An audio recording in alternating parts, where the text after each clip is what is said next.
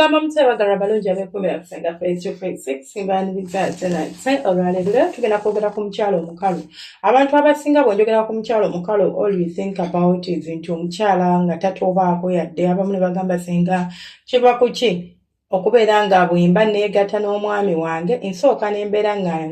nina amazzi oba nga emmani etobye nanzinamuko dakiika nga 3-5 ate n'enkala. Ngenda kuwa nsonga lwaki abakyala mukala. Kino kye kimu ku bibuuzo ebisinga okwapiyalinga ku channel yange naddala nga ndi ku live. Buli we tugenda mu bibuuzo I have to talk about this thing. Buli we tugenda mu bibuuzo. Naye ate osobola okwejjanjaba n'otereera n'obeera ng'embeera eyo ekuviirako ddala era ng'otereera. Ekisookera ddala nze nabagamba ekizibu kye nnina omuntu bw'ambuuza ekibuuzo mba saagala kubuukira kugamba nti genda okozese kino genda okozese kino okozese ekyo ojjanjaba eki kyekibuuzo ojjanjaba eki yes genda okozese kino genda okozese kiri naye oli kujjanjaba ki sooka ozuule lwaki oli mukalu. Waliwo ensonga nnyingi nnyo baaliwo ebintu bingi nnyo ebiviirako omukazi okubeera ng'akala ng'abali mu nsonga z'okwegatta. Sooka ozuule gwe kizibu kyo kiyimiriddewa. Bw'omala okuzuula ekizibu kyo then ojja kutegeera eddagala ettuufu ery'okukiwa n'okukijjanjaba. Naye kyogenda kikola singa ogenzeeko ew'omusawo ne bakkebera. Abantu abasinga temwagala genda w'omusawo naddala ku nsonga ezikwatagenda mu kisenge mu bitundu ebyekyama. Ekyo kikaluubiriza nnyo simanyi lwaki naye ng'ate waliyo abasawo nga baakuguka mu nsonga ezo era nga ye tajja yadde okubeera nti aswala oba nti making you feel small kubanga ogenze n'omunyonyola ekizibu kyo gwe mulimu gwe era gwekugukamu. Ekisookera ddala tulina okusooka okumanya biki ebiyinza oviirako omukazi okubeera ng'akala nga tetunaba kugenda mu ngeri gye tusobola okwejjanjabamu. Omukyala asobola okukala because agenze mu menopause. Abakazi bagenda mu menopause at 50 years but waliwo abantu abakeerayo because of the because of ebintu bye tulya embeera gye tuwangaliramu your social life and everything bikwaffectinga oluusi n'osanga nga gwe menopause omukeddemu myaka 46-47 but it would have been 50 years. Omukyala buli bwagenda mu menopause ayina ebintu byakyuka mu mubiri gwe. Estrogen levels zidroppinga and when they drop kitegeeza tokyafuna bwagazi bumala kubeera ng'osobola okubeera ng'oreplicatinga wansi eyo oba ng'emmani etoba ng'olina amazzi. Kikaluubiriza nnyo ekyo kituuka ku almost buli mukyala ngambe almost buli mukyala nti abasinga ffenna tukiyitamu nga tugenze mu menopause. So if it's an issue about menopause ogenda kumanya how do I approach this situation. Tikakati ntegedde obuzibu bwange nkuze kati sigenda kuddamu kubeera nga bwendi omubiri gwange gukyankalanye guli bwe guti kati I'm going into a new phase in my life. Ntambudde ntya phase eno nga sikosezza mbeera zange za kisenge. Ekisookera ddala osobola okufunayo lubricant n'omuteeka mu kisenge kyammwe and waliwo eziri water based ne oil based. I would recommend you abantu abamu bagamba singa nze simanyi batunda bintu ebyo kati ngendewa genda ogule kye tuyita organic coconut oil. Njogedde coconut kuba saagala nkugamba ekigundi ekinazi ogule paamu nedda organic coconut oil.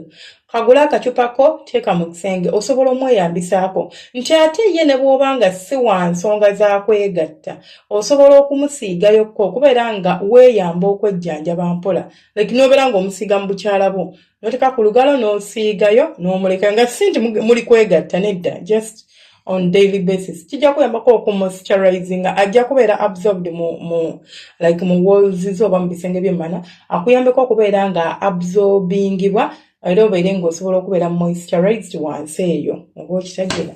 Then n'ekirala osobola okwesanga nga stress katugamba oli muwala muto naye amazzi gagaanye. It is stress. You can deal with stress. Ng'oba otudde n'omusawo ne mwogera ojja tegeera ekizibu ekyo ti stress nsobola nti omudiringa naye okubeera nga sikyabeera mukalo mbuliri nti nkola kino. Abamu ne bwe munywa amazzi nga factor togijjeewo oba ekintu ekireeta embeera eyo tekivuddeewo ogenda kwesanga ng'osigala okyali mukalu. Then ekizibu ekyakyennina nga sinaba nagenda walala waliwo abantu abayingira mu mana nga tennaba kubeera ng'etoba kye tuyita agita batya premature penetration like oyingira mu mukyala nga tannaba kubeera nga atoba kumala oba nga tannaba kuyima kumalayo. And abakazi abamu abaleeta embeera eno oluusi sigenda kunenya basajja omusajja akyakuweeweeta gwenaweena weefudde ekirala yingira ng'olinga alina gy'olaga kigenda kugasa ki ng'akuyingidde n'okala mu ddakiika 2 nobeera nga tomunyumira ate nga naawe teweenyumira nga bikunyiiza ate nga n'ebimunyiiza kwegamba ebyo tebigobye basajja mu mana bannange ebyokunkolobola omukira tetugenda kubeera nga tubikola ki nga tukwatagana so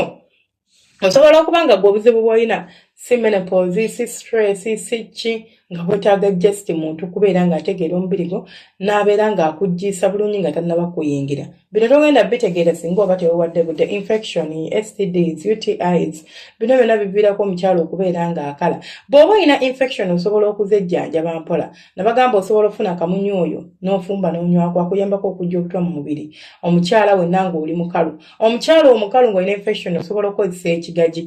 kijjanjaba dryness ekigagi kijjanjaba infection ate kikuwa obwagazi okijjamu ggeera oyo n'omusiiga wansi eyo n'obeera ng'ojjanjaba infection so n'obeera ng'otereera then n'ekirala abantu abamu it's just that you are bored n'embeera zammwe ez'ekisenge tezikunyumira byakuta wabimanyiira bikubowa you just need a little change like kantu katini nnyo mukyuseemuko embeera etereere why not do that naakabawo embeera engeri meka gye sobola okujjanjaba mbagambe osobola okukozesa oil osobola okudiringa ne stress wo osobola okusalawo okubeera nti okyusa mu ngeri gye mwepimpina bannange okukyusaako ewantu woopimpinira omukazi kirungi nnyo kisenge kyekimu buliri bwe bumu masuuka geegamu infact kale oba ekisenge kale katugambe nti obuliri kale oba bukyuseemukko jago around your bedroom kyusaamuko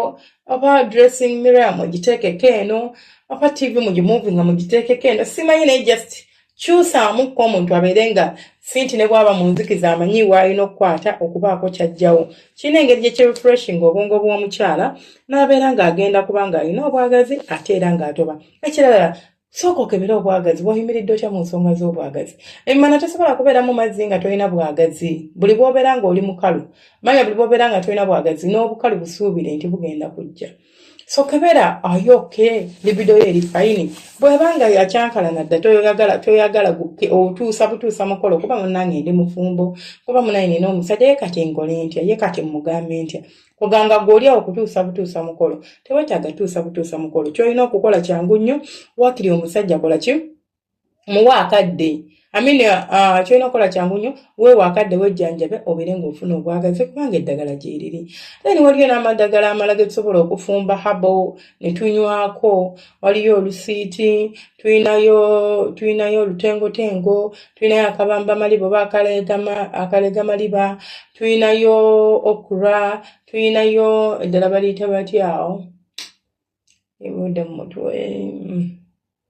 nakyo like it's greens tulinayo bamuyita bati malakwanga ebyo bino tusobola obifumba okubeera nga twetereeza oba nga twejjanjaba n'ekirala zuula omubiri gwo fuba nnyo okutegeera omubiri gwo ate oba omanyi nti oli mukyala mukalu if it is possible okuba nga bakuzina buli lunaku my dear mufune kalibrikanti bakuubeyo yadde kalutukamu omubiri gwo bagunaamanyira ensonga zino gugenda tandika okubeera nga guleeta amazzi andi mu abamu ababeera abakalu and you don't even pay attention oba kufaayo nti wejjanjabe kijja kuleetera obuzibu mu future kigenda kuleetera okwetamu okwepimpina kubanga obeera losing confidence mbuliri oba kakati ndi mukalu biki so mukwano kijjanjabe ng'okyasobola kubanga it's a condition esobola okujjanjabwa mu bakyala nambeera nga tutereera ng'embeera ebeera kiriya wali wonna mbeera bulungi omukama abakuumire mweraba